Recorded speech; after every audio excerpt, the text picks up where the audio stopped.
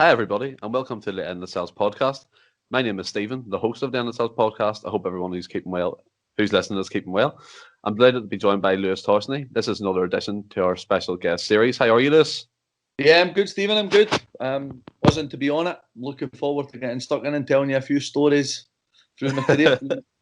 Buzzing to have you on, Lewis. Thanks for coming on. You've played for the likes of Celtic, Ross County, Kilmarnock, Dundee United, so you've quite an experienced career in Scottish football. I'm looking forward to talking about that with yourself.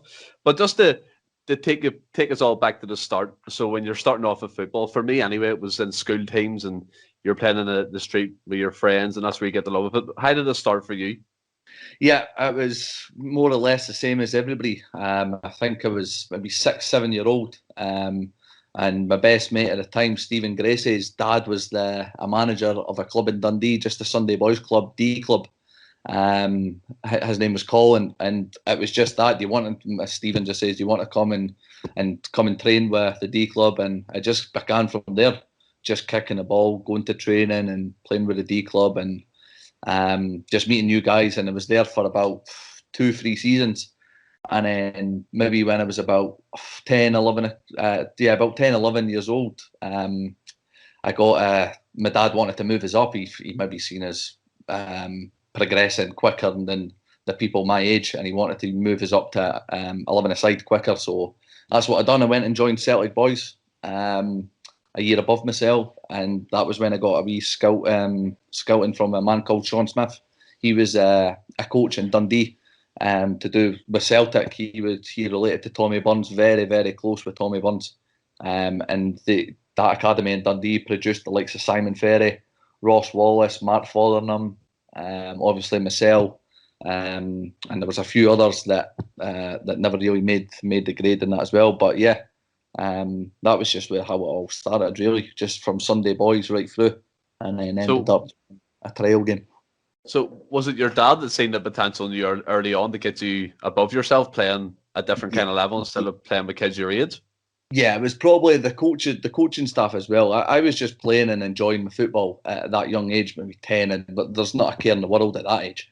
But yeah, it was my dad that kind of pushed us on, and he wanted me to go to 11. I still had another year at 7-a-sides, but he wanted me to go to start playing with 11-a-side. He thought I was ready. I was maybe taller, and it was like I can't really remember much of me like running the show kind of thing at 7-a-sides, but he just wanted me to progress and maybe a wee bit quicker than other boys. So I went and done that, and within a season, I got picked up from Sean Smith to go into the Celtic Academy. So yeah, that's how it came about.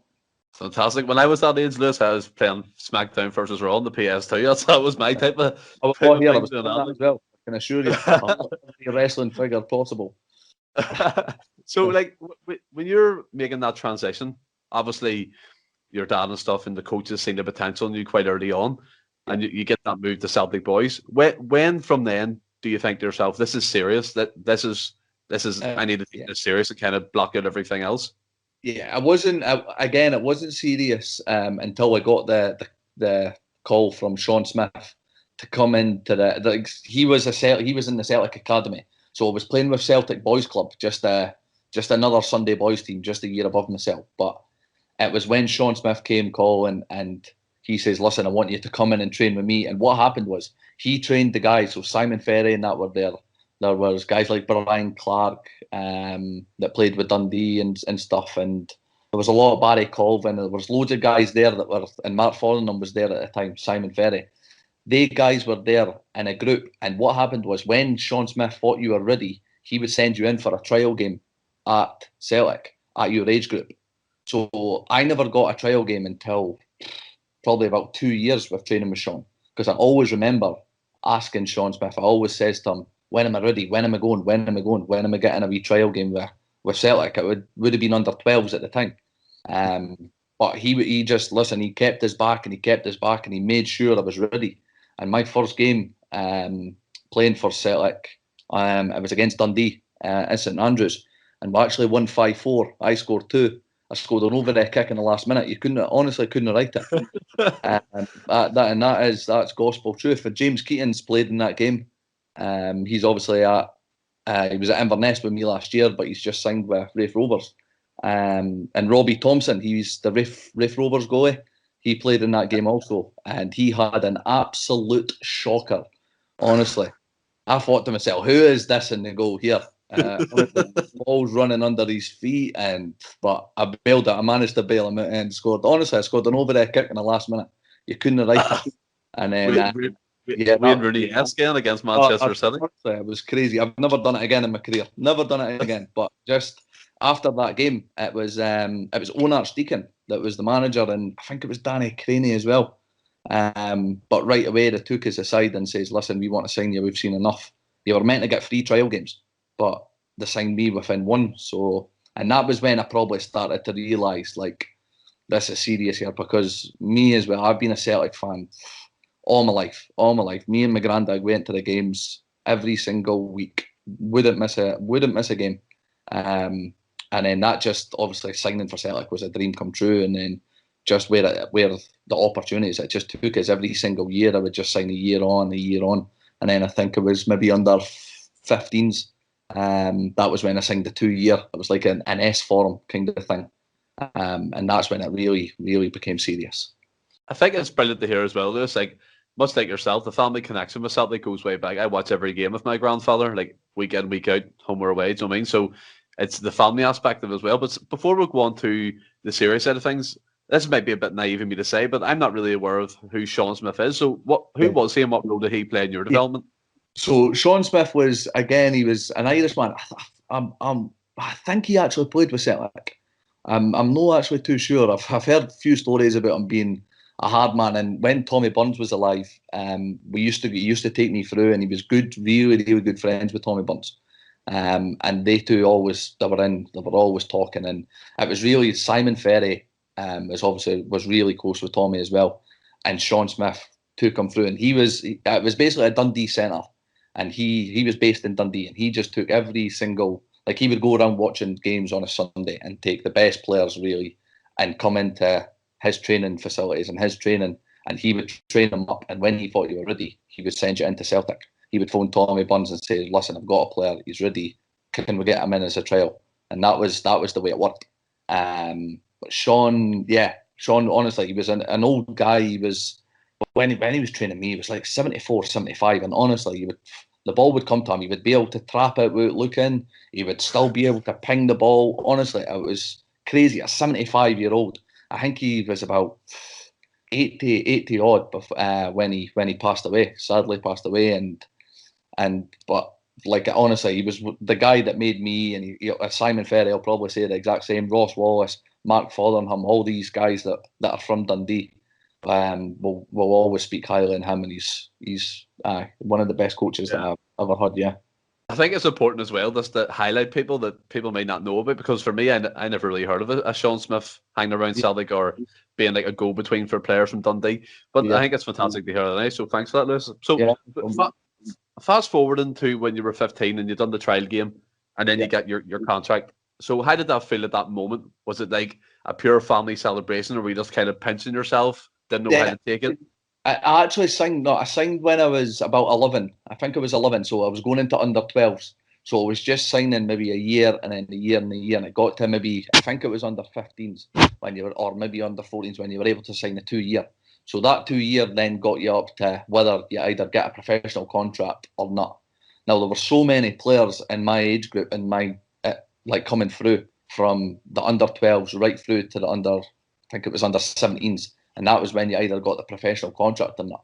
But even guys that are still playing now, like Mark McNulty, he's obviously at Dundee United just now, played with Hibs and that, had a great career. He was released at like under 16s and under 15s. You've got Stuart Brannigan as well. Stuart Brannigan, at Partick Thistle. He was another one that came through my youth, again released at under 15s. But like, as players, like, we were like, couldn't believe it. Like, obviously great players, and they went on to have great careers. But then on the other hand, like, you've got guys that got contracts and got up and that aren't playing anymore.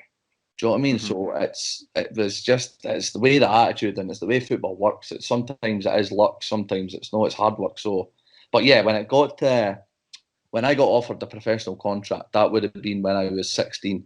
like, I still regret it to this day. See, I got told right before my exams, from at school, and then you end up just no concentrating on exams and stuff like that, and you end up just putting it all aside and thinking that you're Billy Big Balls kind of hanging, just like, oh, that's it. I'm signing for Celtic. I'm signing for Boyhood. This is me and that. But realistically, I shouldn't have done that.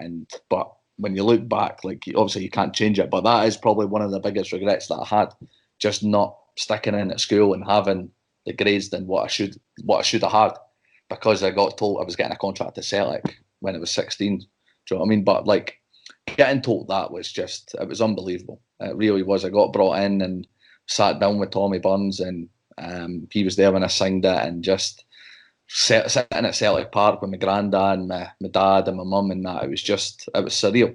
And it's memories that'll last you forever, eh? See, to be honest with you, Lewis, as well, I'm actually glad you said that about when school and stuff. You wish you could go back and do things differently.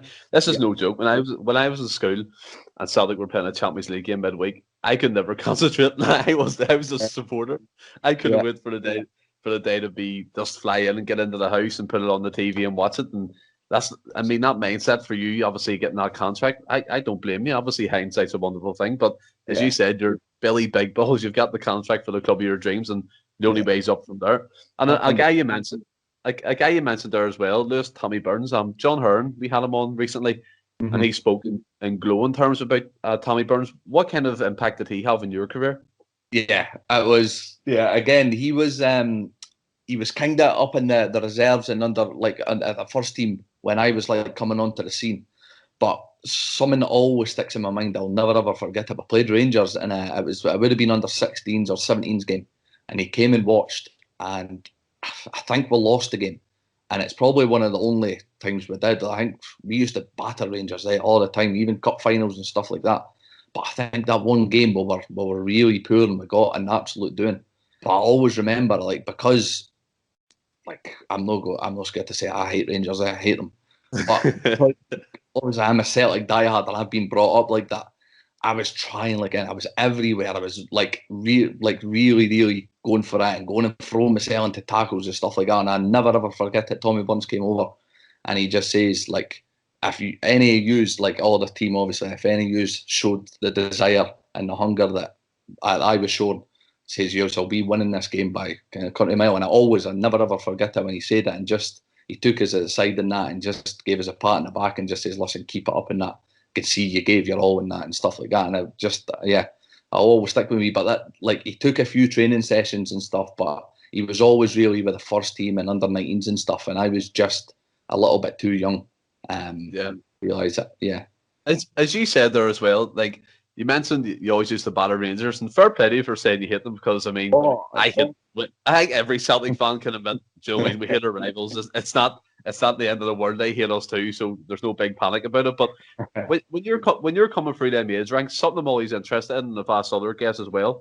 See, when you're training within your age groups and the players around you, is it the same mentality the whole way through the first team, where you have to win, and get every trophy you can at every possible level? Yeah, I think it's brought up. That's the Celtic way. You're brought up. I think you can maybe look at it like we got all the best players or some stuff like that. Like, I was probably at my age group at the time. Like, I was probably the best player at Dundee, so I got to go. You know what I mean? I was moved to Celtic, stuff like that, and it's maybe the same in Glasgow as well. But obviously, you're fighting it out to win. It's the winning mentality. You're getting brought up with that from a young age, from under 11s, 12s, just. Obviously, play nice football and stuff like that, but you make sure you win the games, because when you move up the levels, that's what it depends on. Results. Football's a results business, really. You need to win games, especially at a club like Celtic. I think it's built in. Was there ever any, like, training session at youth level, when you go up through the ranks below reserve team, where you thought, this intensity is just crazy? Like, for me, the way I picture it, is like the coaches will always be on you and they'll always be giving you advice but criticising you as well. Is that like a hard to take, as if you're getting criticised, young player? Because I know myself, I remember one time I was on the pitch for a local team and the manager shouted something at me and I just lost the head and just gave him the middle finger back. I obviously I didn't have the mental capacity to deal with criticism and move on with it, but is that something that Celtic you need to take on board? Yeah, you've got to take that. I think football's different now. I think see now if you're a youth coach or something like that and you're shouting at players and you're shouting demanding, I think people do go into shells. I do think like nowadays, but see in my day and that we've had some amount of bollockings, and that's just what happens. That it's the same with like guys older than me as well. I think the older you are, when you were younger, you got the bollockings and it made you who you are today. But I think nowadays, you if you were to shout at players and stuff, young players, then again they turn around or they give a reaction and stuff. And at my age, like when I was a youth player, like I would never ever think about answering my coach back or anything like that. I was total respect. You listened. You just if you wanted a word with him, you would wait to the end of the session or you would wait to the Monday or something like that, and then you would go and you would chat to him and say, "Listen, I don't think that was right," and that was probably the way to go about it. But nowadays, I notice it a lot that you get a lot of players answering back and stuff like that, and it shows a respect kind of thing. Or you get a Twitter post at the end of the evening criticizing people. Exactly. But like, see as well, Lewis, when you're coming through, and then you said there you get your balligans and stuff. Is there a time where you can remember, for even just yourself, even where you got one and you're just like, wow, that was just intense? Because as you said, a lot of players would go in their cells, and me myself personally, as I said before, I didn't have the mental capacity to take someone shouting at me. Was there ever a time where you thought this is mental when someone was shouting at you? I think I had one. I think I had one. I always remember this. It was Chris McCart. It was actually when I think it would have been 19. I actually got, I don't know if you watched the Open Goal podcast with Simon Ferrick. Yes, yeah. Well, Jackson Irvine was on and he told a little bit about it and he just went into a little bit of detail about it. So it was in Barcelona away. We were 5-1, I think we were 5-0 down at half time. And it was honestly an absolute onslaught. We were terrible. I was terrible personally. The whole team just couldn't get out with half, and we just got battered. And I remember coming in at half time, and Chris McCart, I think it was Stevie Frail as well, but Chris absolutely slaughtered the whole team. But he really, really went for me. I think I was captain that game, and I think just because I was kind of captain, that was kind of the older one. We had Marcus Fraser, Jackson Irvine, that they're a year younger than me. Jackson's 2 years. John Hearn would have been there as well. But he really, really got stuck right in about me. And I remember thinking in the second half, I was like, honestly, I think Tony Watt was there as well. And I think it says to Tony and Jackson, like, why don't I just stay in and just stay in the showers and just no go out? We'll leave the second half, because this is, honestly, I remember a player. I don't know where he is now, and I'll never ever forget it. And Tony, if Tony watches this, he'll know exactly who I'm talking about. Still mentions it to this day. His name's John Marie Dongu. Now, this guy, I think he scored a hat-trick that night. And I think he was 2 years younger than us, so he would have been about 16, 17. Now, he was built like a man. He was absolutely solid. And he was so good, so powerful. And I just thought, this guy's going to play for Barcelona. Yes, he's going to be there. And I honestly don't know where he is now, or if he did play. I don't think he obviously did, because we would have remembered him. But yeah, I always remember that game and just thinking, wow, this is the standard that we need to get to. Do you know what I mean? This is where we're at. We're battering teams back home. But see, when you come to that next generation and we're playing the likes of Barca, and we actually done well. We actually scored at Parkhead. We beat Marseille 3-1 the last game at Celtic Park in the next gen. I scored that game. Played really well, but the Barcelona game was just a real eye-opener. Real eye-opener. Because they basically train their players the Messi style or something, the way they say it anyway, but from like 9 years old, the passing quick tempo, and that's how they're drilled. And see when you were coming through, Lewis, as well, you mentioned some people there like Tony Watt. Who was in your age group, or players you would be about? So my age group, obviously, still James Forrest was in my age group. He was a year older, but under 19s, it was kind of like the free age group. So it was 91. 92 and 93s, and so it was James Keatons was my age, Cal McGregor was a year younger, obviously James Forrest, Declan Gallagher, Stephen O'Donnell, just trying to think, obviously Jackson Irvine was there, Joe Chalmers, Marcus Fraser, Tony Watt, of course, there was Paul George, Islam Farouz. We had some team, we really did, we had some team, and again we won three doubles in a row. That's unbelievable. Yeah, so again, like we were winning everything. Like that was just our team. But in my age group, I honestly think at the 92s, I think it's just me and James Keaton's, and maybe Stephen O'Donnell as well. Obviously, he's done absolutely brilliant playing with Scotland and stuff, that are still playing. But all the rest, like you've got guys that were there. We had our captain, Matty Hughes, centre half. He was absolutely brilliant, solid. But at the end of when we won the cup, we were all celebrating and stuff, and then he gets told maybe the next day or the week after that that's it, it's over for you. Like we're not offering you a deal. And you're thinking, how could that happen? And it happened to most guys. Like I had guys like Kieran Brennan as well. Right through my youth, he came through from under 11s when I first joined, right through. There was guys, Callum Bagshaw, and there was so many guys that happened to. Jordan Loudon as well, Grant Mawson, just like, and they don't play anymore. That was it, kind of the end. You know what I mean? And you think to yourself, like, how could we go from a team like that? Well, we had that team just battering Rangers, battering Hearts, battering Hibs, winning everything, and then have 3 players still playing like at a good level. It's crazy. It's when you rhyme off the names, like even the names before, like Paul George and stuff, Islam Farouz, like that's a squad, that's a trophy winning team. Like it's littered with talent. And see as well, this is your personal opinion. And on our podcast, we talk a lot about youth and where they're going to play and where to get the competitive football from. Do you think it was a mistake getting rid of like reserve leagues and competitions for development football instead of doing what they do now, like friendlies every 2 weeks?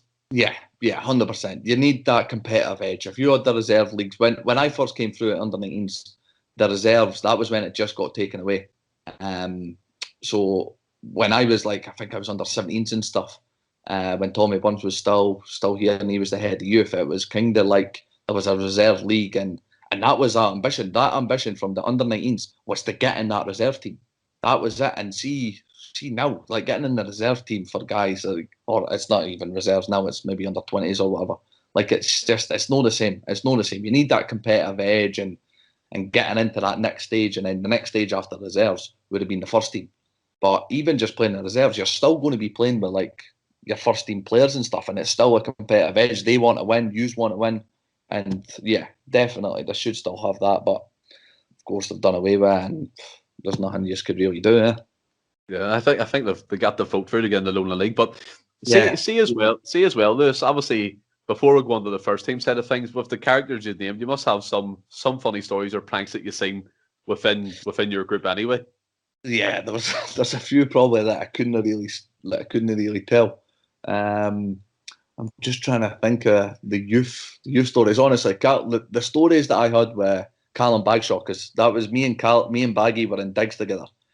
So we kind of see, when I first joined, there was a guy, Richard Feeler, when I first joined Celtic at 16. I lived with him at the start, and he never spoke any English and that, and it was just like, obviously he would have been a nice guy and stuff. He lasted 2 months, but you could imagine a guy from Dundee at 16 going into a house with a guy that doesn't speak any English.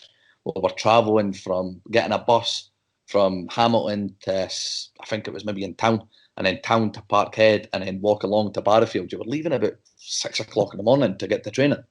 With a guy that you never really spoke to, do you know what I mean? It was an absolute nightmare at the start, but he got released within 2 months, and then Baggy, which is probably one of my best mates to this day now, some laughs we had, honestly, but it just went Mary. It was Mary that was used to be like the land, like you moved into Dig, sorry. So you moved in, and we had a 3-bedroom, so me and Baggy were in, and we had a few guys coming in and then leave and in and leave. We had Danny Gardner, that's actually playing at Wigan just now. Dan Gardner came in, very good player as well, but he, again, the exact same, got to a stage where that was time he moved back down England, got released. Who else did we have? We had John Young, he was from Dundee, we had a few stories about him. Again, it was just like having a laugh. Jackson came in, he total an open goal. First day in, we would play cards, we would rig it, obviously, 100%, he would lose. And then that was it, like 10 wicket stars off Jackson outside, and he would look at us as if to say, "You're joking." Like, no, that's it. You've got to do it, mate. So that's it. Get your clothes off when you go. So next thing he'd be outside. Me and Baggy would lock the door. That would be him, shut the door, and we would just go to our rooms, leave him outside. Get the first day in Glasgow, that was him. But again, like that kind of made him. You'll say that to this day, like that made him who he is. Like if that happens in the first day, could you imagine what happens in the week and the 2 weeks and stuff? But Yeah. some laughs, like dressing up in Mary's clothes, and you had to go and order a Chinese, go into the Chinese, and obviously women's clothes and that. Eh? See, doing that, you imagine a youth player doing that nowadays? It's crazy. We actually done that. It was Baggy that done the Chinese. So he walked in, right, and I was standing outside, just obviously probably videoing it and that and trying to have a laugh. And James Keaton's actually walked in that Chinese. Was like, "What you went outside, Tosh for?" Walked inside and Baggy and Mary's clothes. Oh, honestly, he was like, "What are you doing?" He couldn't believe it.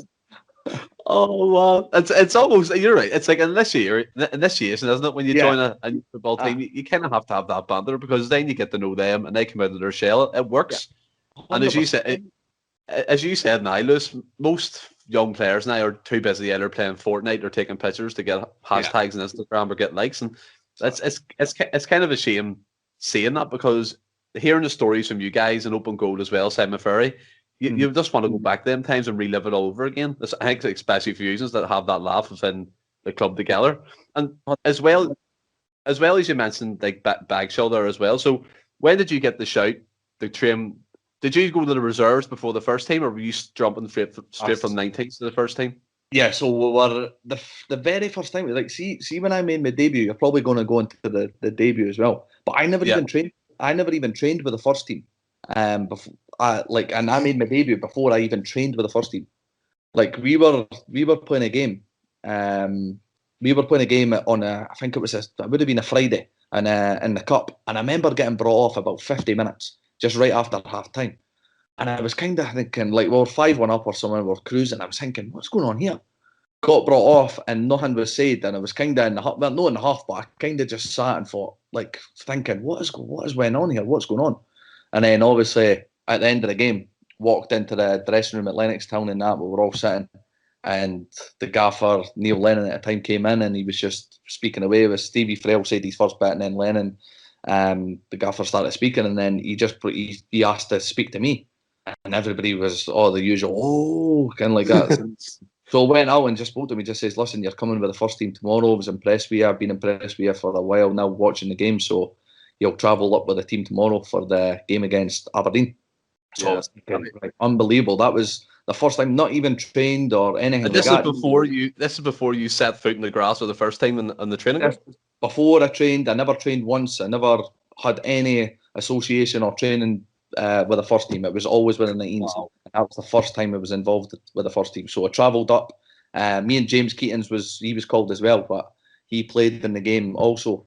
So we travelled up to Aberdeen, and that was the night I made my debut. Honestly, just on the bench, seen my name. Didn't expect to be on the bench or anything. Just thought I was coming for the experience. But and just obviously he just names the team, and my name was mentioned on the bench, and I couldn't believe it. And then that was it. Wow. I mean, at the time when he came in to talk to you, were you thinking he was going to ask for Lennon Mary's clothes to go into the Chinese? Well, I thought it was something like that. It would have been, he's probably found out what I've been up to or what I'm like as a guy, or do you know what I mean? He wants a laugh or something like that. But to say that you're coming with the first team, honestly, I remember just getting out of training, just phoning my dad and phoning my granddad and just telling them, and they were just like, right on to it, get tickets, and they would have been going into the games anyway, so they were all at the game and that, and my mates and that all made it to the game, so it was unbelievable. So when you're on the bench, before you get on the pitch, I want to go back to when you're in the dressing room. Who are you sitting beside? What's going on in the dressing room? Are you completely like bricking yourself at this moment, or is it something again that you taking your stride? I was nervous. I definitely was nervous at the time. But I can't really remember who I was sitting beside. I just remember being on the pitch at half time and just spraying balls about and that. And I was doing it right beside the fans. I must have been thinking, who is this guy? But I was just a fan. Do you know what I mean? I was just one of the fans that they obviously didn't know who I was, but just when they were singing and stuff, like I was joining in the singing, and just everything about it was just surreal. And when we were warming up, this was about probably when it was getting called over, so we warmed up 75, 77 minutes or something. I think we scored the third goal, and I just remember I'm like throwing, like the gaffer and Mialby and that, just throwing their hands out to come over. And I can't remember who I was warming up with. Like it was maybe Daryl Murphy or maybe Keatsy and me. And they're all like, nobody knew who it was. And then it was like, they were pointing, and obviously Keitchy was like, Tosh, it's you. It's you. I think he had a wee giggle to himself thinking, I can't believe he's been picked and I've not. Because he never made his debut. He's still gutted to that. Yeah, but like I was obviously shouted, and I came over, and I always remember getting my kit off and stuff like that, and they were going through the set pieces, and that was, we were 3-0 up and there was 10 minutes to go. Obviously, we're not going to throw it away, surely, but I just thought in my head, like, don't give the ball away, just stay in easy pass and stuff. And I came on, right, and I still get slaughtered for this, right, but I made a joke about this. Like, I came on, I took a throw in, right, the first thing I'd done, I took a throw in. I think I played it to Chris Commons. He played it back with a volley, and I went out, right, but I made a joke about it to the guys. I says, I came on, I was shitting myself that much, and I threw it, and I took a full throw. That was the first thing I'd done at Celtic, and people still to this day slaughter us for it, saying, you took a full throw when you came on, but I actually never. Chris Commons played it back, and I went out, and that's what happened. But it's Greg Spence that always slaughtered us for that. I've got it down here. You come on for Scott Brown. Is that correct? Yeah, that's true. Yes, Bruni came off. Yeah, and he came off. How was that last 12 minutes? I'm sure it just flew by. Unbelievable. Honestly, I think it was Charlie Mulgrew and maybe Kelvin Wilson that were the centre halves, or Mark Wilson maybe that played centre halves. I went on to right back, and I just remember I was basically just singing all the songs. Celtic fans were all singing, they were partying, and they were 3-0 up, cruising. And I just remember going through the game singing in my head. It was crazy. But just obviously, I only played there 12 minutes, and I told to this day, I'm gutted that I never got another chance to play more. But the experience that I had to do that, for my boyhood team to play for Celtic was just unbelievable. And to be honest, to have my granda there as well, watching on, that was just because he would have been crying like anything in the crowd there, because he's been following Celtic he was following Celtic all his life. He passed away a couple of years ago as well, but it was just surreal. I've actually got a tattoo on my leg of me and my granddad at Celtic Park. That's unbelievable. Yeah. I mean, it goes back to, doesn't it? We always say as well, it's the family type orientation that you feel when you support Celtic. You're born into it. It's an institution. It's a way of life. And as well, you said there you were gutted not to go on and do more things at Celtic. But at the end of the day, you've done what every boyhood fan wants to do. You've pulled on that strip and you've stepped on that park with them players. And at the time, my favourite player would have been like Chris Commons and stuff. And them types of players when back then were unbelievable. Kelvin Wilson had a brilliant career at Celtic. And see after that, Lewis, were you involved in first team training, or was it straight back to 19s? Nah. That was me after my debut. I remember coming in after the game at Pittodrie, and Lennon obviously just saying, "Listen, congratulations to Lewis Toshney making his debut, and that he'll be in with us." And that was me. Everybody gave us a round of applause and the shake of the head and stuff, and Bruni having a laugh with us and that. And that was basically it from there. I was in with the first team, near enough every training session, but I would train with them. And again, loved it. The players that used to come in, I remember honestly, Sean Maloney and that was one of the best trainers I've ever seen, and he helped me so much. He was close with me, and I remember big Virgil van Dijk coming in his first day of training. I remember getting told, we've got a new guy coming in today, signed for I think it was $2.5 million or something like that. Virgil van Dijk. And nobody knew who he was, the dreadlocks and stuff like that. He came in, I'm no joking, his first training session, everybody came in after it was like, what is that? Who is this guy? Just strolling about, Cruyffing, pinging balls in the top corner, and everybody knew right away. I knew from the first session, this guy's special, This guy is special. And obviously, he went on to be one of the best centre-halves in the world. But Absolutely. Yeah. But that's the sort of guy, I was training with them near enough every day. We went to I think it was that season, or maybe the season after, we went away to the Europa League. We played Atletico Madrid. I travelled with the squad there. I didn't make the bench. I think it was 1-0 that game, but I was in the stands there, and then I was on the bench against Udinese in Italy. We played that group as well. Then Italian that were playing for Udinese. I think it was a draw that game. I think we managed to draw, but I think we went out that group. But again, I was travelling across Europe with Celtic, do you know what I mean? And I was on the bench at Udinese, never made it against Atletico Madrid, but like I'm traveling and just getting that experience. And I'll go on to when I went on loan and that and what happened to what was said in that after. So I'll no jump Yeah. across that.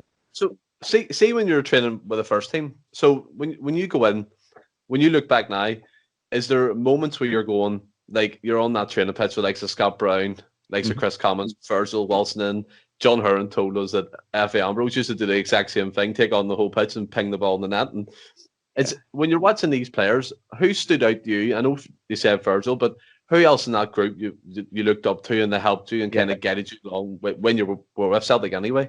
I was close with wee James Forrest. Wee James Forrest was probably one of the best trainers that I've seen at Celtic. Like, you honestly couldn't get near him, and even to this day, he's still doing it. I think some Celtic fans give him a wee bit of a hard time and stuff, but I'm telling you, he's probably proved that we missed him this season massively. The width, especially, just getting at players and stuff. And wee James, he was incredible trainer, and we were close off the pitch as well. We used to always do stuff together. But again, just the usual ones like Brownie was brilliant with us as well. And he's like everybody will say it as well. See on the pitch and training and stuff, like he's a totally different guy than in training and around the changing room than he is on the pitch. It's just a switch. He just changes, and that's that. It's just focus mode and it's just winning mode kind of thing. And he gets his team and he is the leader, and everybody knows that. Everybody looks up to him, and honestly, I can't speak highly of Bruni. Did he command respect of everybody? Was it like one of them things? Any new player comes in, basically Scott Brown was up straight away, welcome him. Is he like the type of guy we all think he is? It's not really like he demanded it. It's not that. It's just it happens automatically because the other players obviously do like respect him so much. But see when he's in training and like even in training, like he's a total winner. His team's winning and that's it. Do you know what I mean? And he trains like under Milner. And do you know what? I think that rubbed off on KT as well. KT was the exact same. He came in and trained with the under 19s as well, right? When I was I was the older under 19s, and he was just like a 16-year-old or something. And he came in and he trained like Scott Brown. He trained the exact same. We would do a warm up and that, and like people would be doing a warm up, and it would be like half hours kind of thing. And like when you're getting the knees up and stuff, KT would do it everything 100%. He would be doing it everything rapid, everything done pure proper. Do you know what I mean? And everybody would just be like half-assed, and you'd be like, KT, calm down, we're not even started training yet. But that was just the way he is. That was just his mentality, and that is where it was just work rate and then training. Like it rubbed off. Maybe we were not obviously at it as much as KT and Brownie and stuff like that. Do you know what I mean? And I think that's how KT got on that much, and that's how like KT obviously looks up to Bruni. Yeah, I remember John Hearn was saying that in training and stuff, as a young boy coming up the academy, you go with the first team, they're on you straight away, but like in a good way where you can kind of take it. He was saying about Neil Lennon used to give you shouts, or he would see him going mad. Did you experience anything like that in training where the first team were just giving it to you thick, but only for a good reason, obviously?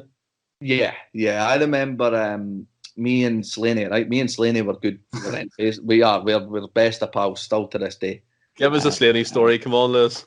So do you know what? I've got one of the best stories in the world, but I can't tell it unless it's that bad.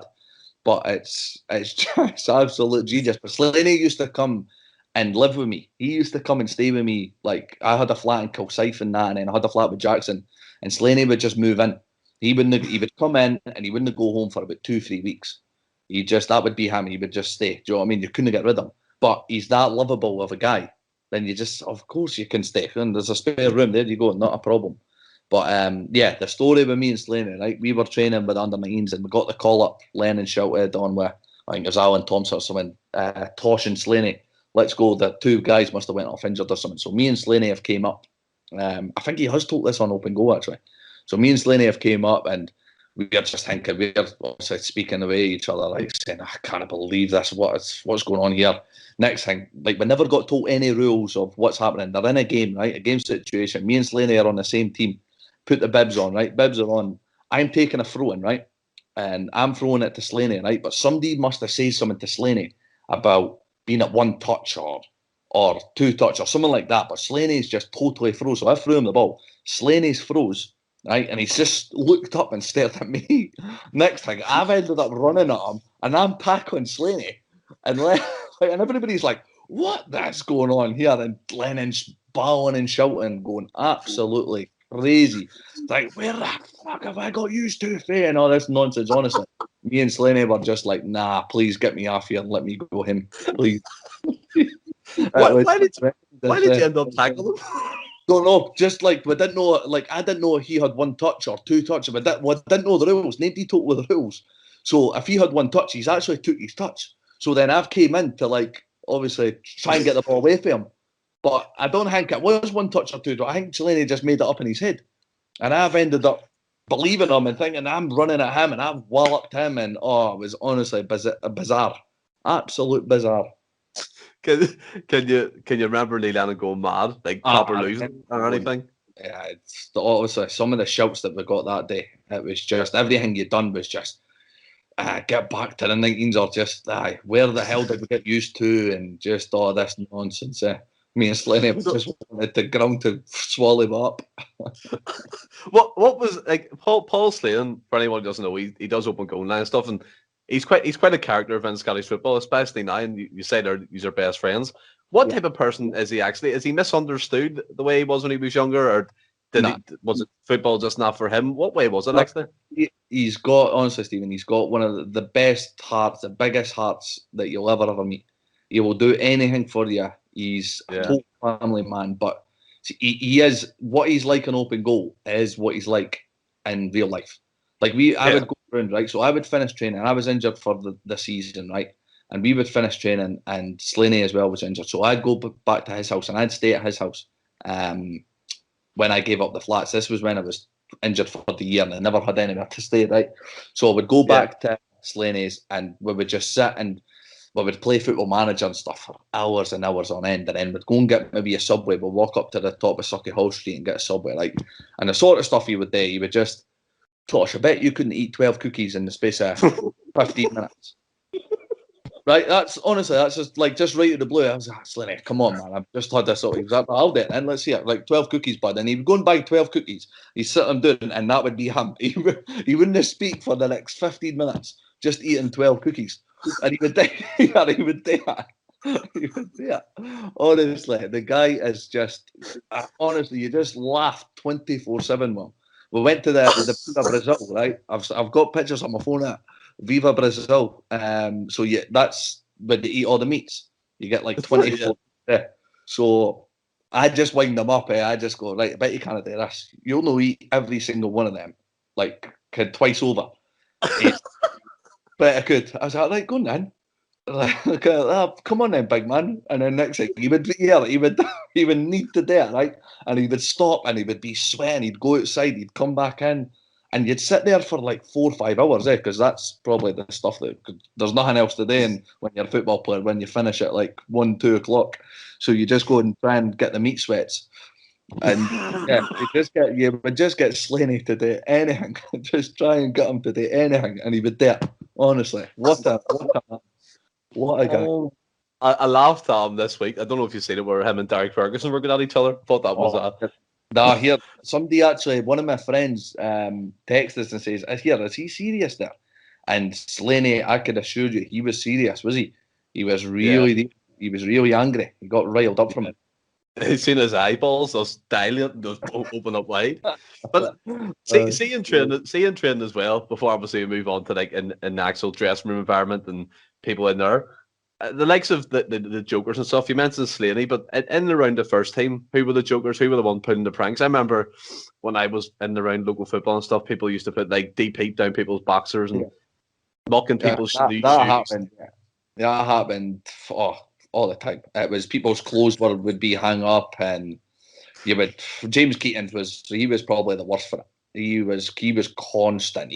They'd be lying on a physio bed. Shock, I was on a physio bed anyway, but Keatsy would come in and he would rip the hairs right out your leg and just constantly nipping you, and just a typical little bugger kind of thing. But I always read that this story, honestly, Charlie Mulgrew, right? So I never got the credit, and it was probably my idea, right? So we were driving in at Lennoxtown, and the gates were shut. Right? And I think this was total an open goal as well. So the gates were shut at the Lennoxtown, right? And I remember driving up and thinking, why are the gates shut? Because they were always open to the players. You were just able to drive in, right? So you've had to press the intercom. Hiya, Lewis Toshney, and you come, pal. So you come in. The guy, what was it? It was a new security man on the door. So he was standing at the door, like looking at the car, not looking at you. That was it. Kind of, he was in. I was thinking, this guy for real? This must be a new security guy. So next thing, I'm just cycling away on the bike, right? Cycling away, and then Charlie comes in, sits beside us. We're just chatting away, and I say to him, Charlie, what about the new guy on the door? Had the gate shut. Charlie was like, is it a new guy? I thought that. He says, I thought the gate. Well, I couldn't understand how that gate was shut.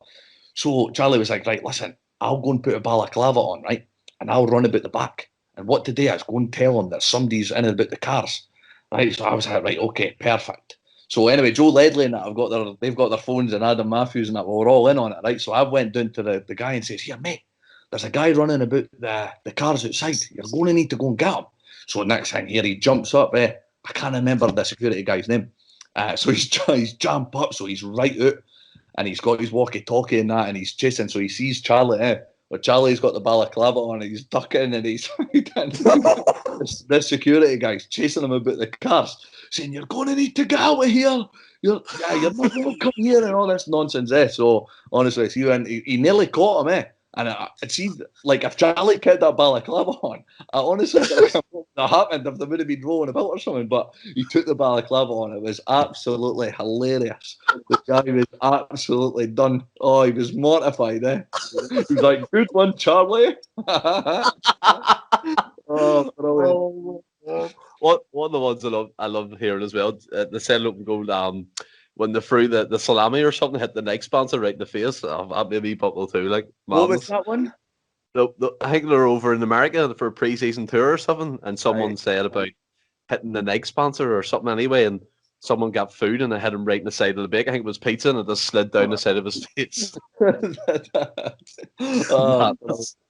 But see as well, moving on to a wee bit more serious side of things. So being involved in like match day squads and being around the first team, and when you're getting into the game scenarios and you're involved in the squad, what was like the build up from like you wake up in the morning to the game day, like the actual game itself? Is it like you're all together and it's proper serious from the get go when you wake up that morning?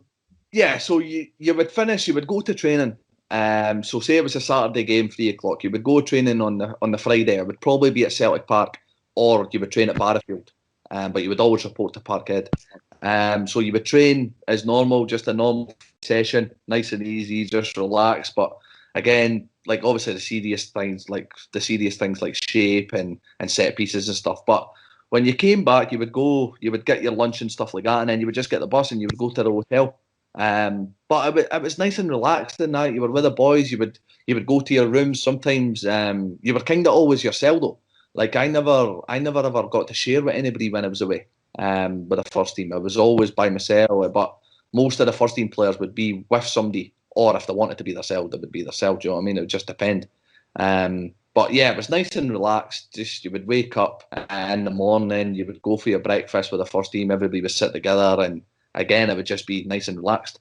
Leading up to the game, and then that would be it. You would go for a pre-match meal, maybe about 11:00, and then the bus would depart at like 12:30. But to Parkhead, or if it was an away game, to an away game, and then the manager, that was Neil Lennon, when I was there, he would just name the team, and then that would be, you were either in the squad, you were on the bench, or you were in the stands, which was most, like my case, I was in the stands a lot. So, what was Neil Lennon like? And obviously this season he's come in for a lot of criticism and the way things have gone.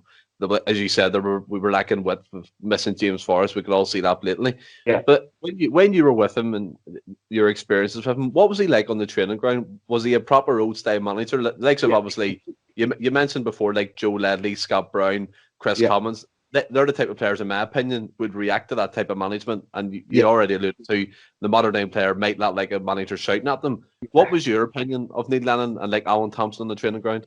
Yeah, I think personally, as a young boy that I was coming through, and a lot of the young boys like Tony Watt, there was Andre Blackman and that. I think he was hard. He was really, really hard on the young boys. He never. I very rarely remember him shouting, like having a go at like the likes of Gary Hooper or a Wanyama or guys like that, like a Joe Ledley or a Brown, it was always the young boys that kind of got it. Now, that's probably made me so much stronger now than what I was at 18 and 19. And that is it in a nutshell. But I do think that he was hard on us. Like, I remember being away, we went on a pre-season trip and we got sent home after a week because there was international players coming over as well, which I thought was harsh. I thought we had a chance if we went there for the week. We were meant to be there 2 weeks. But again, the young boys just got sent home. And you were thinking to yourself, come on, can we get a chance here kind of thing? Do you know what I mean? But that was just the way he worked. He had his team. He had a squad of probably, you would say, maybe 20, 21 first-team players, which obviously the young boys weren't really a part of that team. We were trained with them and that when needed, but when we weren't, we kind of just got put to the side, which I did. Not that I agreed with, but yeah, I think he was pretty harsh, but he made me probably so much stronger than what like who I am today. Do you know what I mean? Yeah, I see, being from Ireland myself, we're all quite fiery characters, and you can see that from Nenny. I just think this season he just seemed to be a bit lost in the sidelines. And you were describing there up the match day and stuff. So seeing match day and like tactic talks, was he big in that before a game, or was he just like the type of manager, as you said, name the team, let the players be left to their own devices, and then get on with it that way? He would do shape on a Friday, and I think that's key just now. Like, especially in this day and age, I think shape's massive. But yeah, he never really done a lot of work on the training ground. It was just like games and stuff like that. Which I don't know. But obviously, I've not managed with him for. He's not been managing me for 9 years. So I don't know whether he's changed his methods and that. Coach has changed the way they manage and the style of the play and stuff like that. But yeah, no, he never really done much. He would do shape now and again, but not much. And you say there as well, obviously, like you made your debut and stuff. Was it not disappointing from your point of view not to get more chances within the team? Did you feel like, looking from a personal point of view, as you said, that the young players go over with the team for a trip, they're sent back after a week, you're automatically thinking at the start of that, maybe we can get a chance to impress here.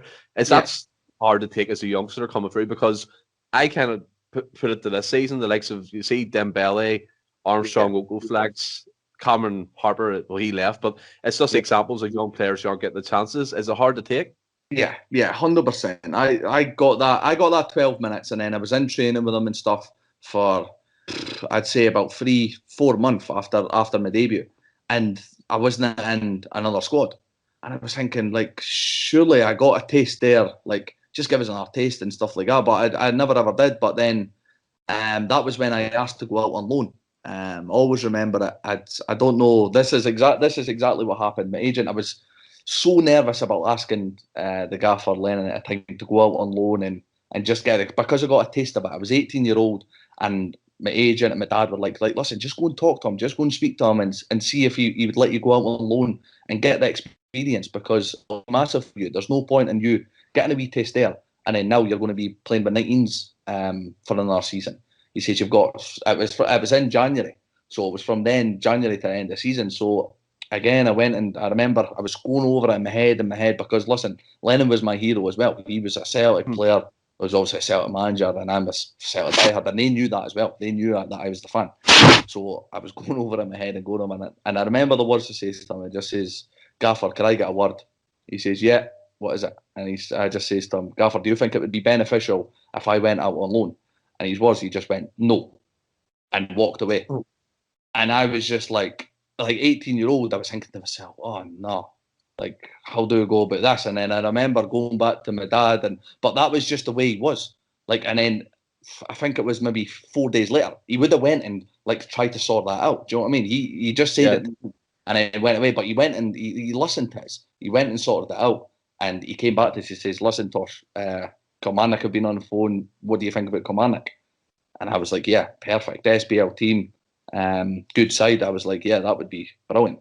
So went to Kilmarnock and played 6 months there, and honestly, it was the best move I ever done, because I got my experience of playing first team football, week in, week out, and obviously they went on to beat Celtic in the cup, which was an absolute surreal time for me, because obviously I couldn't play for Kilmarnock because it was against my parent club in the final, and obviously they went on to win it, and then they're celebrating like we played on a Saturday. I played in the game, and they're celebrating beating my parent club, my team, Celtic. Do you know what I mean? And it was just a weird thing. But again, I wouldn't have changed it for the world. It was a great time for me going to Kilmarnock and playing.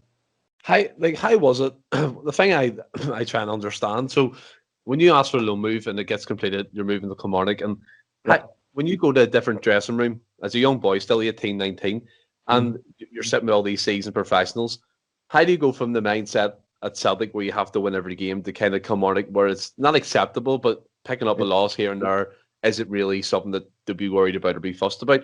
Is that like a transitional change for yourself? Yeah, it was hard again. But again, you're going in with guys that have maybe been at that level as well. Like I played that team was a very, very, very good team, a very good Kilmarnock team. We just missed out on the top six. But again, they went on to win the League Cup that year, beating Celtic in the final. A good Celtic team. But the guys like there was Michael Nelson was there, an experienced player, played with Norwich and stuff. You had Gary Harkins, Paul Heffernan, Dean Shields. Liam Kelly that went on to play in England. Trying to think, Rory McKeown was there. There was we had a very, very good team. James Dayton, Ben Gordon was at Chelsea on loan. He was on loan at Kilmarnock. That team was a top team. And I went in and played right back and played every game and done really, really well. And that was when that gave me the confidence to be like, listen, if I'm playing here in the SPL, I wouldn't say strolling it, but comfortable, really, really comfortable. So getting assists, and really loving my football. And that was when I felt confident. I was flying, and I was injury free at that time. And it was just, I loved my time at Kilmarnock. Honestly, I can't speak highly of the club. And Kenny Shields was the manager, and honestly, he would play a 13-year-old if he could. He just loved this. Do you know what I mean? He just, if you were good enough, you were playing. It was as simple as that. It didn't matter who you were or what age you were. And I take that now into my team and my management, and that's what I'm kind of saying to the guys at the downfield. I'm saying to them, listen, if you're I've got 16-year-olds coming in. I went and watched them and saying, listen, if you're good enough, you'll play 100%. I think as well, the likes of Kenny Shields, he's an underrated manager. He's doing well at the moment with Northern Ireland Ladies. He's got them into the first European competition, which is fantastic for the kind of women's game over here anyway. But you mentioned Dean Shields there. Yeah. I've got down here that you played Rangers at Ibrox on 1-0. Is that correct? Yeah, it's 100% correct. Yeah, and as a Celtic diehard in that match, how was that for you? See, that was the game. There was a full house at Ibrox that day. It was the game that went into administration. It got announced. So the game after it, they were putting, there was big, huge banners outside. There was a big protest outside and stuff. All the Rangers fans and me getting off the bus.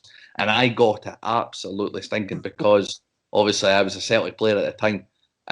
Not that they would probably know who I am, kind of thing, but they knew I was a Celtic kid. Do you know what I mean? Yeah. And that day, again, my granddad, my dad, and my best mate, and even some Rangers fans that are, I would say, friend of mine, but they're kind of friend of mine.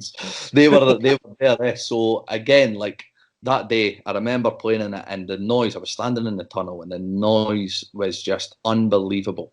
It was one of the loudest I've ever heard, and they were all jumping about and stuff like that. And we went and 1-0, clean sheet. Kenny Shield, Dean Shields scored the goal. And it was just unbelievable feeling, unbelievable, brilliant. See, when you're in that type of situation, and obviously not to dwell on it too much, but for me, it's fascinating. So when you're in the full that kind of culture in Ibrox, and that news has been announced with the winning the administration, and at that precise moment in that ground, and you're winning 1-0, you get away with the victory. Was it like a toxic atmosphere? Was it what? Could you feel the tension when you were playing that game? There was I wouldn't say there were. Even still singing it, they were very loud. They were still. I wasn't a couple of years after, when they were really low and there wasn't a lot of people. They were still cheering and obviously singing in that during that. I remember we're hanging on the last 10 minutes, as you would do, but I can't remember them being a toxic atmosphere or anything like that. It was still loud and still noisy and you couldn't hear what your teammates were saying to you or anything like that. Do you know what I mean? It was the atmosphere was electric. And obviously you complete the low move with Kilmarnock. a relatively successful time as well, winning the cup and stuff. And you go back to Celtic Park. I know you made another loan move to Dundee. See, when you go back in that summer, is something in your head telling you? I know that a lot of players come back and they're never really seen a game, but are you going back full of confidence that you can get back into the Celtic team? Yeah, I went back that season and I was flying pre-season, and the gaffer says this was when they took me away. It was meant to be a 2-week trip, but that was when we got sent back after the week. Me, Tony Watt, Rabui, Ibrahim was there, and I think it was Andre Blackman. I think it was 4 of us. Maybe Cal McGregor as well, actually. I think maybe 5 when we got sent back after the week of training. But again, like, I went back there full of confidence, buzzing, got the experience, the SPL experience, came back, and he says, listen, you've got a chance this season. And I think I played one pre-season game when I think it was Austria we were in. Played one pre-season game. He brought us off after 45 minutes, and that was it. That was you. That was, again, I was done again. Like, I thought to myself, right, well, is that it then? 45 minutes, like, after. And again, it's frustrating because I wanted more of a chance. I felt as if I deserved more of a chance, and it just wasn't to be. And then again, I got a phone call saying, Dundee have just been promoted because of Rangers getting relegated. They're going down to League Two, and Dundee are the club, I think it was Club 12 or they were called, and they got promoted to the SPL. It's another chance to play in the SPL. It's my hometown team. And again, it was, I basically says, listen, if I'm not going to play at Celtic, then yeah, of course I'll go out and play on loan again. And that was I made. But I had on my contract, I had Celtic had an option of another year. So it was there. It was Neil Lennon's decision whether the year triggered after the Dundee loan or that was me finished. So I was playing at Dundee the whole season. Again, we got relegated, and it was a tough season, to be fair. We won we got, I think, a week or 2 weeks preparation. They were built for the championship, and they signed me, and I think Colin Nish was the only 2 players that came in at Dundee, like, to try and obviously stay up in the league with Dundee. And it was a tough season. But again, like, I came back, like, I didn't know what was happening in Celtic, whether I was going to be back at Celtic after next season or no. And then I got told, listen, you'll be back. We want Lennon phoned again and says, you'll be back at us next season. You've got another year here, and again, you'll be looking to force your way into the first team. So again, I went back that pre-season, and that was just the first day of pre-season. I'd done my knee, and that was me. I've never been stuck again. I'd say at that moment as well, obviously you do the loan move with Dundee, you get relegated, but most likely for personal ways, you're happy with performances and stuff, you're going back with that phrase mindset. And a lot of young players seem to go through bad injuries and stuff. So when you get that injury, is the first thing you're thinking, rather than recoveries, the first thing as a Celtic fan, you're going, I'm never playing for this club again? Is that what's going through your mind? Nah, do you know what? Like, this is exactly what happened. So when I went back to Celtic, I had the meeting, and I was told that you've got another chance of getting into the pre-season trip and going away with the first team. And what happened was, I was doing a jump test, a straightforward jump test, and I landed, and I just felt a little nip on my knee. And it was just like a little nip. And I thought, right, what's that? That doesn't feel good. Went for it to jog, like a usual jog, and then what happened was it was just nipping every time. So I went to the physio, and the physio says, listen, we'll go and get it scanned. We got it scanned, and it was just meant to be a straightforward operation. A little nip on my fat pad, just below the kneecap, was hanging off, and it was just meant to be 4 to 6 weeks out, and you'll be back, and just after pre-season. That's what was meant to happen.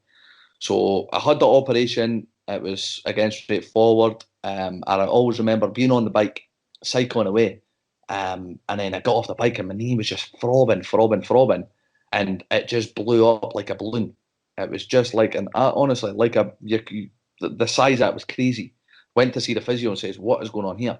They were like, don't have a clue. We went back to see the surgeon and stuff like that. And then it's just, honestly, Stevens, from then, it was just absolutely disaster. I just would not go away. And still to this day, this is the reason why I'm in this position now. Why I'm repaired at 29. Because I still, like, even through my career, trying to get rid of this fluid. It's just fluid in the knee.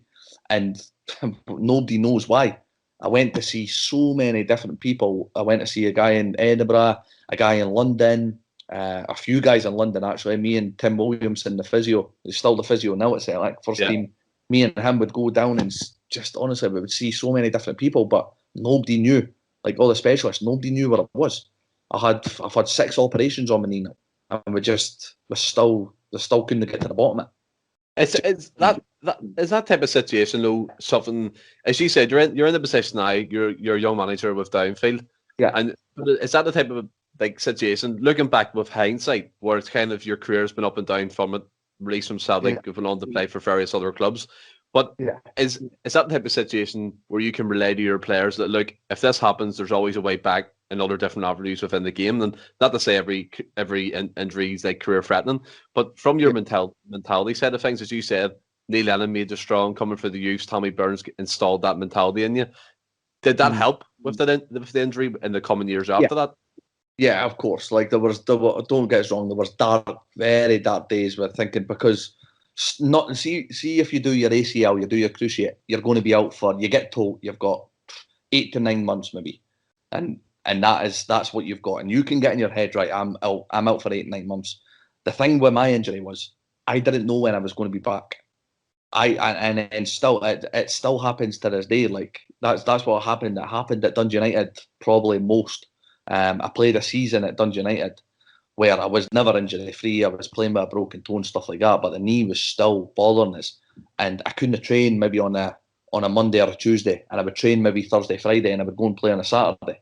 But not knowing what the injury was, when I was at Celtic after that Dundee spell for that season, like I was out for that whole year, seeing all these different guys, but not knowing what the injury was the hardest thing that could be for a footballer. Just not knowing, like you were going on a bike thinking, when am I going to play? Am I going to play again? Am I going to be able to go to another team or stuff like that? Do you know what I mean? So I finished that. It was altogether, it was 17 months I was out until I played for Ross County again. And I managed to get rid of it just through this. I was on medication that a specialist told us to try. And it did work to a certain degree, but it was really, really serious medication. Well, I probably, looking back now, I should never have agreed to it and been on. Do you know what I mean? But again, it was just, I would do anything to get back playing football and enjoying my football again. And that's what I done. Let's see. Coming, like, obviously, but from a neutral perspective, I don't know what them injuries feel like. And you're on the big of Celtic, and obviously that summer after, didn't you? Well, the summer leading up, obviously you did the year. Did you get released at the end of the season? Yeah. Or did you get let go? So I had that year, and then Ronnie Delia came in for the next season. But Celtic said to us, listen, because I was still injured at the end of the season. So what happened was Celtic said, we'll give you another 3 months on your contract just to get you back fit, basically, and then we'll get you away. So I knew I was getting released after that year. So that was kind of all gone from then. Lennon obviously left, he moved on, and Ronnie Delia came in, and like I never trained with them or anything like that. It was just a case of getting myself fit, trying to get rid of this knee injury and progress my career. And that was when I managed that in that 3 month from pre-season. For the 3 month I was out, it was still the Celtic paid us up until then. And then that was it. I went to Hearts on trial, I went to Hibs on trial, and I went to Ross County. And Hearts and Hibs both said they wanted to sign us, but they never offered the contract in time. And Ross County had the contract on the table, and I was just I was just so eager to get back playing and get in. So I went up for Ross County for 6 months. I was just to prove my fitness, because being out for 17 months, any manager, it was Jim McIntyre at the time, he just says, listen, we can't give you a year, 2 years, or anything like that, just in case the injury comes back and you're buggered again, kind of thing. So he says, give you 6 months, prove that you're fit, and then we'll progress that. And that's kind of what happened. Well, the good thing is, though, you did manage to play football again, which is the main thing. Yeah. And obviously it came out recently, that's when I seen you as well, that you've retired from football, and your management, your first foray in the management with Downfield Football Club. What led? I know you said there the injury played a big part, but was it not like gut wrenching? Were you not always? Is it not like a part of you thinks, what if it stayed on? What if there's a cure? What do you know what I mean?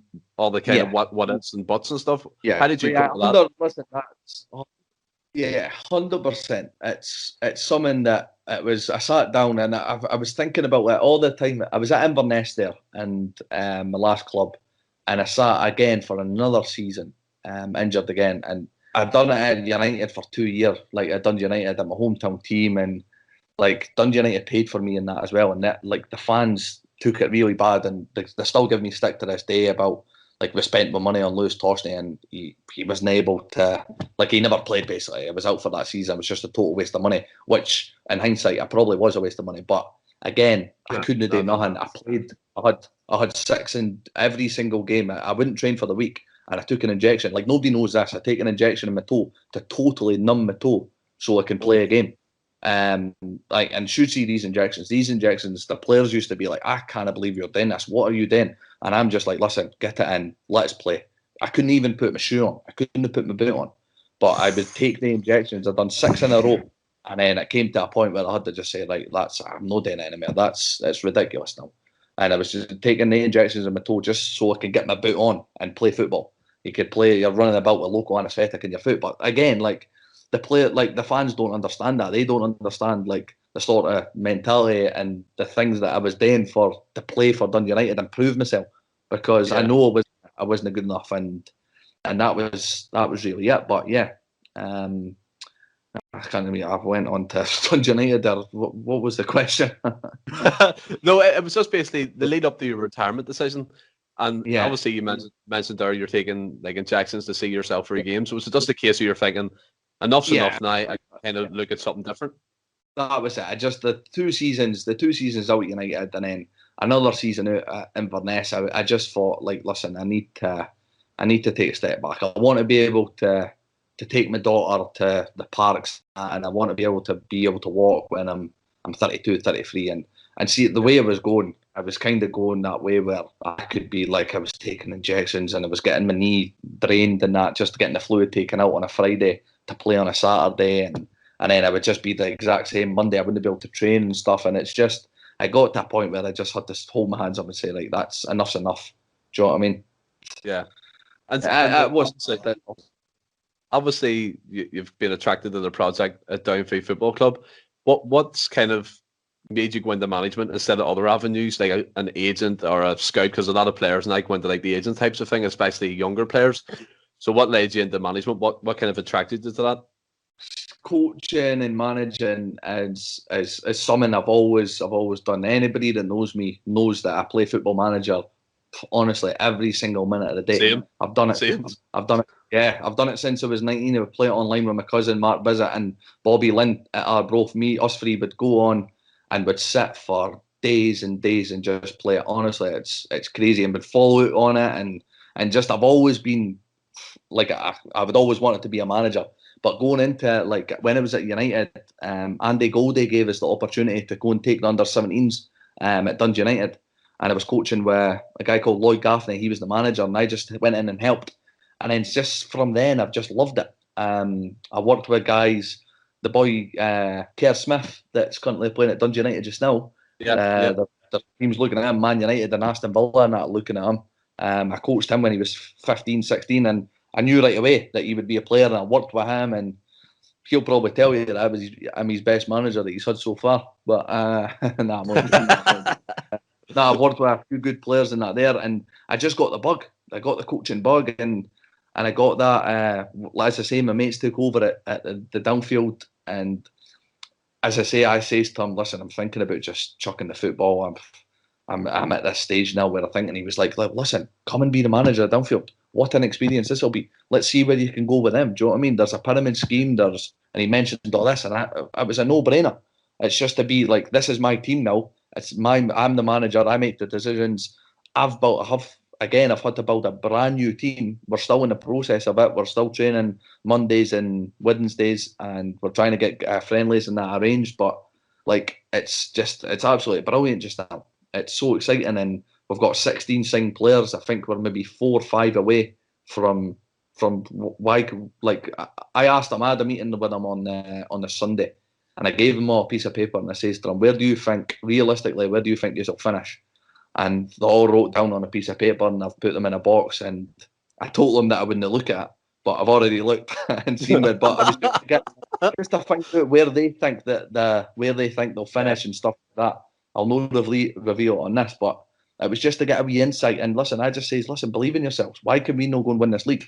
And like the way I think about it, if we can get downfield, like just a team in Curtin to go up and play in like the Highland League and take loads of big crowds, because we will take big crowds there because of the whole Curtin community and the people that know, like the guy David Beveridge, Billy Buchanan, Billy McElroy, these guys that know like the whole people in Curtin, and there's a lot of people there, and they'll all travel and they'll all come, and this is what it's all about. It's building the community again and building with this, and it's just, I'm buzzing for it, and I'm buzzing to just see where I could take my team and get the best players possible in the Dundee area, and beyond. And and why could we not go and get to League Two? Do you know what I mean?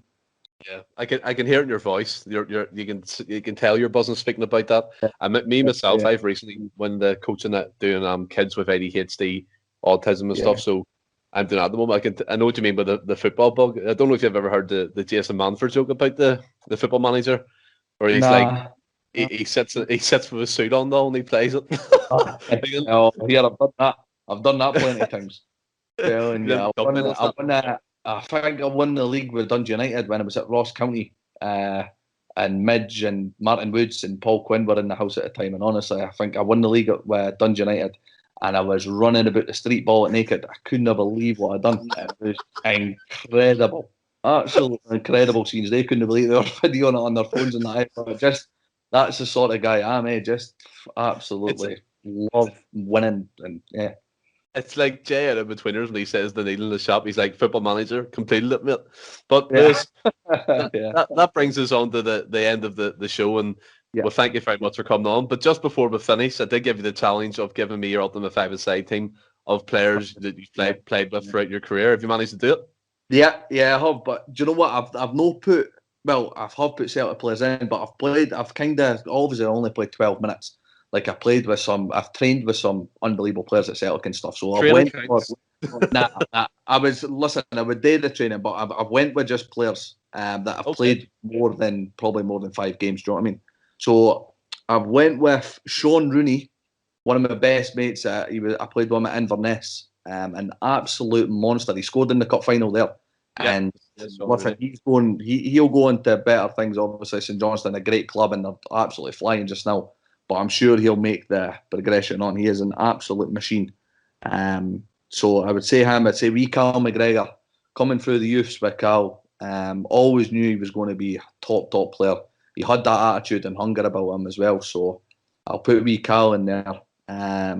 Stuart Armstrong, played with him with the Scotland 21s and stuff. Played with him quite a lot of games actually. And Stu was, again, the energy and just getting about the pitch was just incredible. And even like the technique and stuff of the guys. And again, he's ripping up in the Premier League.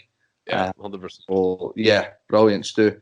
I've put in Gary Harkins. Now we got asked that before, and I put in basically all Celtic players and Gary Harkins. And the guys were thinking, why have you got Gary Harkins in with Van Dijk and Brown and Hooper and stuff like that? But I'm telling you, see Gary Harkins and his ability is an absolute incredible ability. Like you just couldn't get the ball off him, and his feet, and the only thing Jeebsy lacked was just probably the lack of pace.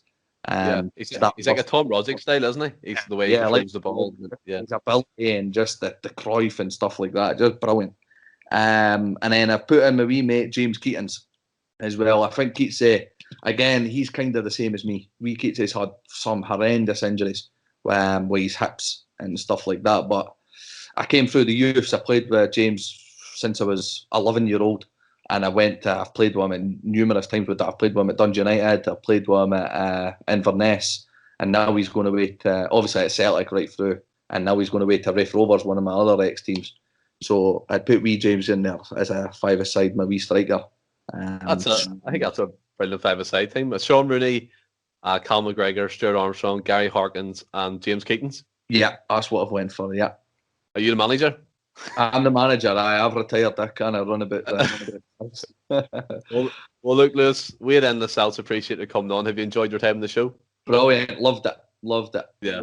Thanks very much. And we all wish you Stephen. Appreciate it. No worries at all. No worries. Thanks for coming on. And we all wish you the best of luck with Downfield Football Club. And we'll be watching with keen interest their journey for the football leagues. And hopefully you make it to League Two, as you said, within the 2-year plan. So that'll be That'll be fantastic. And everyone who's listening, I hope you've enjoyed the show. Until we speak again, stay well and keep safe. Hail, hail.